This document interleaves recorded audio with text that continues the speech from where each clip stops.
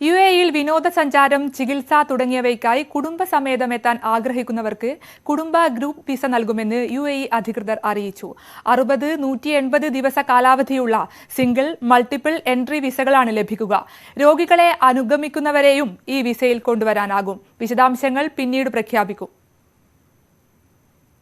UAE താമസ വിസയുള്ളവർക്ക് മാതാപിതാക്കൾ, ജീവിത പങ്കാളി, മക്കൾ എന്നിവരെ സ്വന്തം സ്പോൺസർഷിപ്പിൽ 90 ദിവസത്തെ വിസയിൽ കൊണ്ടുവരാം. 750 ദിർഹമാണ് വിസ ഫീസ്. ബാങ്ക് ഗ്യാരണ്ടിയായി നിക്ഷേപിക്കുന്ന 1000 ദിർഹം വിസയുടമ മടങ്ങിയാൽ തിരിച്ചു ലഭിക്കും. കുറഞ്ഞത് 8000 ദിർഹമോ അതിൽ കൂടുതലോ ശമ്പളമുള്ളവർക്കേ വ്യക്തിഗത വിസ എടുക്കാനാകൂ. സ്വന്തം പേരിൽ കെട്ടിടവാടകക്കാർ ഉണ്ടായിരിക്കണമെന്നതാണ് മറ്റൊരു നിബന്ധന. ഫെബ്രുവരി 1 മുതൽ 90 ദിവസം വിസ നിർത്തലാക്കിയെങ്കിലും കുടുംബാംഗങ്ങൾക്കുള്ളത് തുടരുകയാണെന്ന് അധികൃതർ അറിയിച്ചു.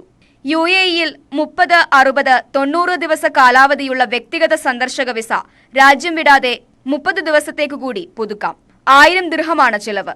എന്നാൽ ഫീസ് നൽകി പുതുക്കുന്നതിനേക്കാൾ രാജ്യം വിട്ട് പുതിയ വിസയിൽ വരുന്നതിനാണ് കൂടുതൽ പേരും താൽപര്യം പ്രകടിപ്പിക്കുന്നത്. ഇങ്ങനെ ചെയ്താൽ 2-3 മാസം കൂടി UAE-യിൽ തങ്ങാമെന്നതാണ് മെച്ചം. News 18 UAE.